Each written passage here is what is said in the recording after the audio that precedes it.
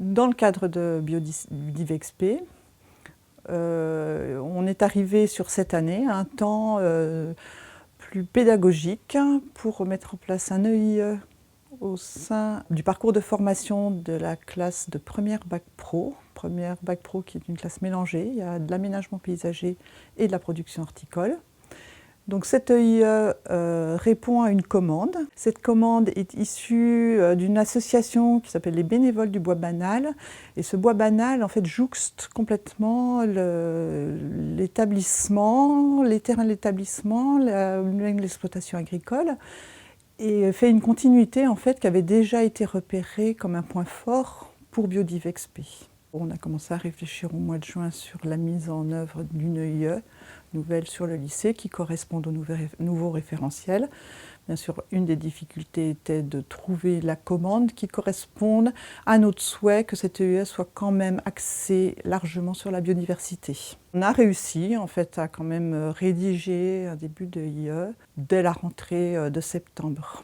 Et il s'achèvera en juin puisque la commande que l'on a pour les élèves, c'est la conception de panneaux pour en fait baliser une balade dans le bois, dans ce bois voilà, banal.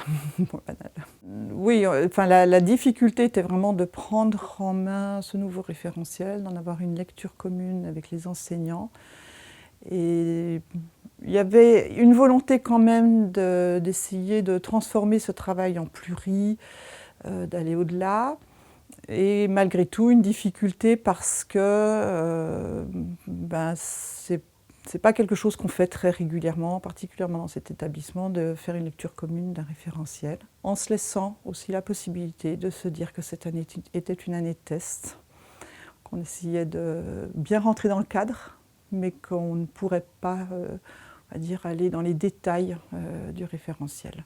On a eu donc le soutien et l'accompagnement du DNA, et dans le cadre justement de Biodivexp, ce qui a permis quand même de donner quelques bases communes pour travailler dans l'équipe. Voilà.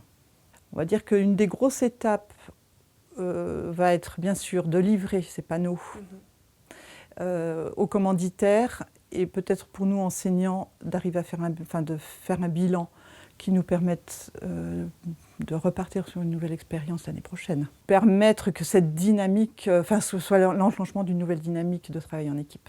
Ce qui vraiment est intéressant dans cette EIE, c'est qu'il ancre quand même une action pédagogique directement sur le territoire.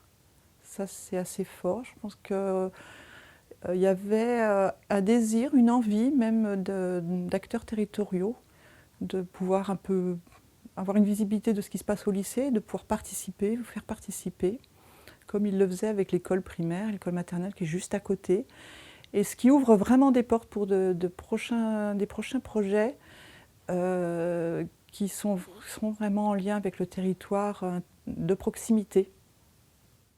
Moi, ce qui m'a marqué, c'est au final la tournure qu'a pris le projet, parce qu'on nous l'a présenté comme un support pour un CCF qui suivra le projet pour ensuite. Et en fait, on l'a pris comme une obligation. On n'a pas pris vraiment on n'a pas pris le sujet, on n'avait pas tout à fait saisi. Et en fait, une fois qu'on a intégré vraiment ce fait que ça va toucher à la biodiversité, on a pu se situer. Je trouve que la classe s'est située et s'est trouvée vraiment acteur, alors qu'on se sentait seulement au début un peu perdu. Ensuite, on a reçu la commande et on a fait du décryptage, on a commencé à travailler en groupe.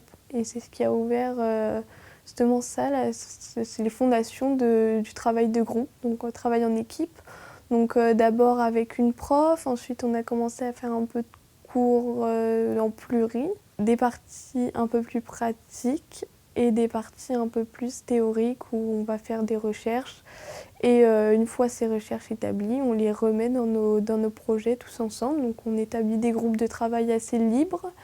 Et en fonction des affinités qu'on a avec le sujet, vu qu'on est sur plusieurs panneaux, on se diversifie en fait. On fait des groupes de recherche, on a mené un peu des recherches au sein du lycée en allant questionner Monsieur Vino. Suite à ça, on alimente en fait un réseau Padlet qu'on partage avec toute notre classe. Ce qui a bien marché, c'est au final ce travail de groupe qui nous a permis de parler tous du même sujet. On approfondit nos connaissances pour ensuite les retranscrire au mieux. Et puis ensuite, on se sent vraiment capable de travailler ensemble et de parler tous du même sujet. Donc ce qui a été un peu bloquant et ce qui nous a freiné aussi même, c'est au niveau de la plurie, de changer de professeur. Du coup, ça nous a paru un peu flou en arrivant face à ce nouveau professeur avec qui on allait intervenir sur le projet. Mais ensuite, il a eu sa manière de l'aborder, un peu différente de l'autre. Mais on a tout de suite bien vu que ça rejoignait qu'un seul et même sujet. Donc on s'est resitué, quoi.